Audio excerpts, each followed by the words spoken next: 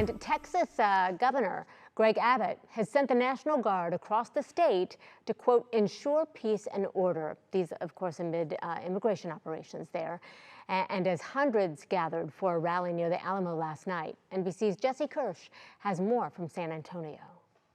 Last night, there were hundreds of people protesting in the streets of San Antonio, both at City Hall and here where I am, which is right across the street from the Alamo, of course, an iconic site in American history. There was a line of state police right there behind and along those bollards.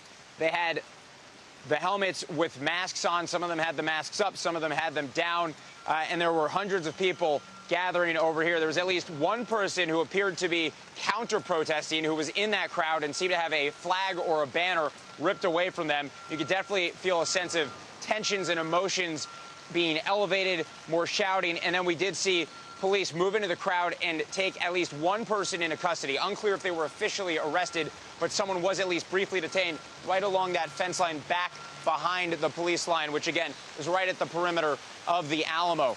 The governor of Texas had also called up the National Guard, and we saw some members of the National Guard here in San Antonio, but they were not part of the police force that was out here. There was local police, there were state officers, but the National Guard, we know, was just standing by nearby in a building. We, in fact, even saw some of those National Guard members playing Uno, the card game, at one point. And we did see earlier in the evening the National Guard members taking gear off of a truck, including riot shields. But we did not see those in any kind of obvious large-scale use out here last night. And again, no word on any official arrest for the person that we saw detained here. But for the most part, from what we could see, this was a peaceful protest in Texas last night. Back to you.